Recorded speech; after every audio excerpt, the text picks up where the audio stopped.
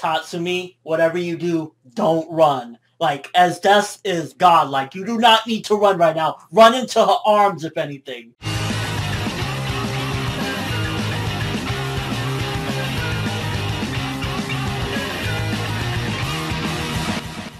So with this week's episode of Akame, mainly an exposition-driven episode, a lot of just kind of talks regarding the Danger Beast and kind of the Jaegers as well as Night Raid, setting up to basically go out and take them out, and kind of building up of them being a threat as well. Also seeing that guy in the shadow, so very exposition-driven as far as just giving us what's going on mainly, and kind of building up this threat at the same time from both sides trying to go at it. And once again, it kind of dives into, I feel that they're both not really wrong. Honestly, if you look at it, both of them are trying to get rid of this threat while Night Raid is on the other side of the law. The Jaegers are on the good side of the law, and they're all fucking crazy. So it's really just two groups of people with different perspectives on things, but overall with the same goal of bringing peace. Started off the episode super fucked up, and I felt bad for that family, but again, that's kind of to drive home how vicious these beasts are, the Danger Beast. Well, yeah, Danger Beast, yeah.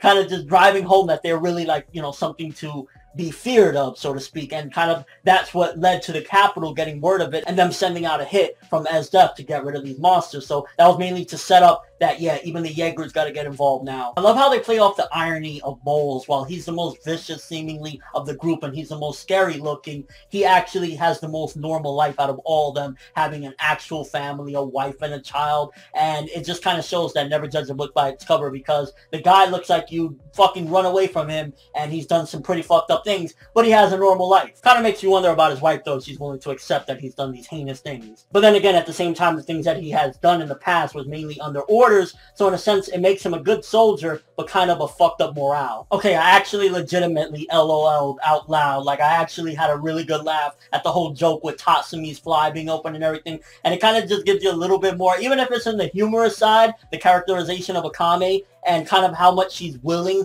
to be there for her friends. And at the same time, it's also showing how socially she's not that aware of things. Like, she was like, oh, I thought it was a fashion statement, so I didn't want to say anything. So kind of makes you wonder a little bit about her backstory and where she's been, that she doesn't really understand these certain things. Like, if someone's fly is open, that doesn't mean that they're trying to set a fashion statement. That just means that, yeah, they're, you know, might want to zipper it up next time, you know? Now, the bit with Lubbock's past, in all honesty, it just seems like this set formula at this particular point. With Night Raid, when we find out their backstory, it'll be like a one-on-one with Tatsumi, and they'll kind of explain it to him. I think it was a little bit different in this sense because it was a little bit more humorous, and Lubbock is kind of just like some womanizer in a sense. So to find out that he had this big love for an agenda, and that's why he's following her, good backstory in a sense of just, you know, understanding a little bit more about his character. But at the same time, this formula is starting to get a little bit like, oh, so they're going to have a one-on-one with Tatsumi and explain their past, and that's how we're going to find it out. I would like for it to break a little bit away from that at some given point, and when we find out, you know, this person's backstory, that person's backstory,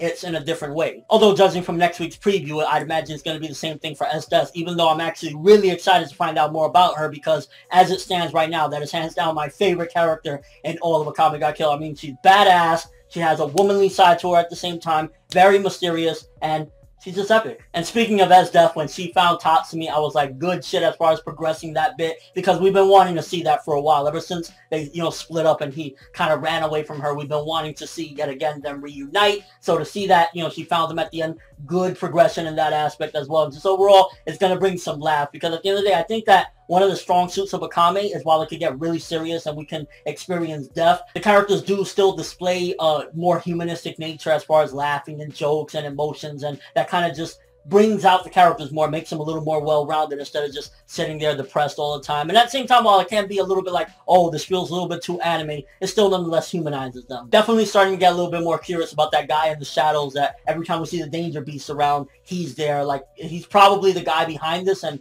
it's making me wonder, is he the doctor's, like, you know, former helper, former apprentice? Is this somebody completely different? Also, the fact that he's controlling these things, or not controlling them, but setting them loose to the point where they're killing innocent people, we can assume that this dude is fucked up beyond belief. So as it stands right now, his characterization is he's a bit fucked up. And with all that being said, all things considered, it was a fine episode for the most part. We got a little bit more backstory on Bowles, kind of finding out a little bit of his characterization, backstory on Lubbock. I wish it would have been a little bit different because, again, the formula is starting to get a little bit tiresome as far as like, oh, they just talk to Tatsumi one-on-one and spill their guts. I would like it to be a little bit different, but nonetheless, finding out his ties to an agenda, I'd imagine that's going to be a big staple regarding Lubbock's character. And like, anytime the agenda is in any deep trouble, he's going to jump in for her. And if anything, I feel as though this episode did a great job at the end of setting up for next week's episode with Tatsumi and Esdeath, because that's one of the things that really got me excited right now. See how that's going to go down. Is he going to actually evade her this time again? Or is she going to find out his secret regarding his connections to Night Raid? So with this week's episode, I'm going to give it a 7. I was originally going to go with 6.5, but learning a couple of backstories regarding Balls and at the same time Lubbock and getting a little more exposition into the Danger Beast and getting set up for next week's episode. While we didn't get great story progression, at the same time we did get some decent characterization and some decent backstories developing these characters. And I feel as though that's one of the strong suits of Akame Got Killed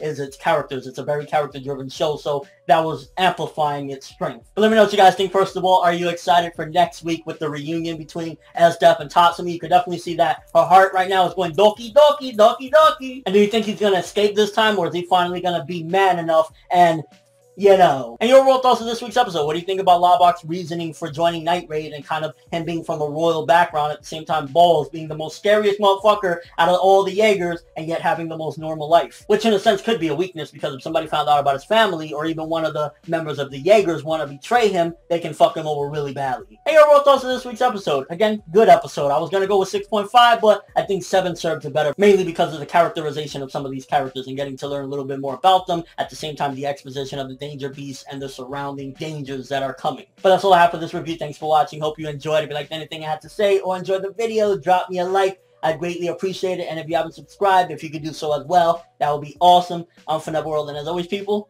have an awesome day. Bang!